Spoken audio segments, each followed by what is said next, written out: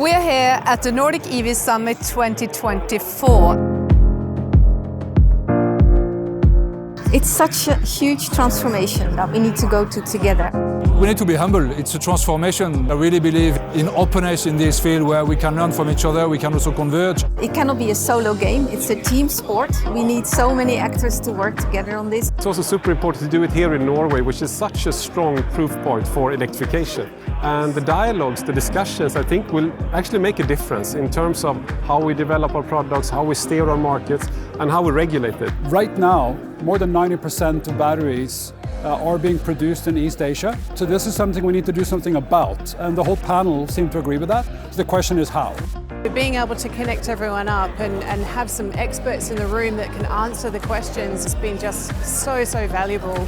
In Europe, we see a need to now reach mass adoption of electrification, making electrification affordable, inclusive, accessible. When are we actually going to see the change for people with a disability, you know? Kind of need to involve us in the projects, in the closed rooms, do things with us so that we can help you create things for us. The tipping point is getting there in more and more countries. More than 30 countries globally have passed the 5% thresholds. India becomes a very important part of that story. India's EV journey is driven by two-wheelers and three-wheelers that benefit lower-income people, and so it's a more equitable story. We're seeing great innovation in both new business models and new policies, and so we're now supporting partners on the ground to support both the commitments and the policies that we think are going to be needed. And we're seeing strong political will come in from various countries that are really embracing the energy and mobility transition, even being bold to announce specific bans from Ethiopia, for example, on ICE vehicles.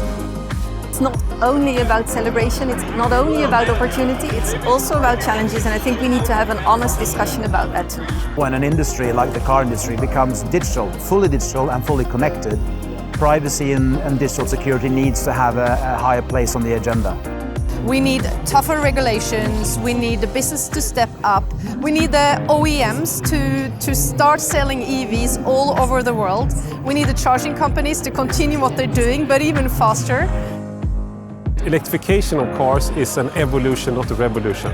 They will continuously get better and better, and we will open up new opportunities in terms of bidirectionality, in terms of integration of batteries into vehicles. But overall, this is a product that will only get better in the coming years. And in the end, I absolutely think that an electric car is a better car. Solar panels, batteries, and electrification of everything, including transportation, is the solution. And when you come to a place like this, you get reminded that that's a fact. We have the potential to shift basically everything that moves on the road towards this much cleaner, much more efficient source.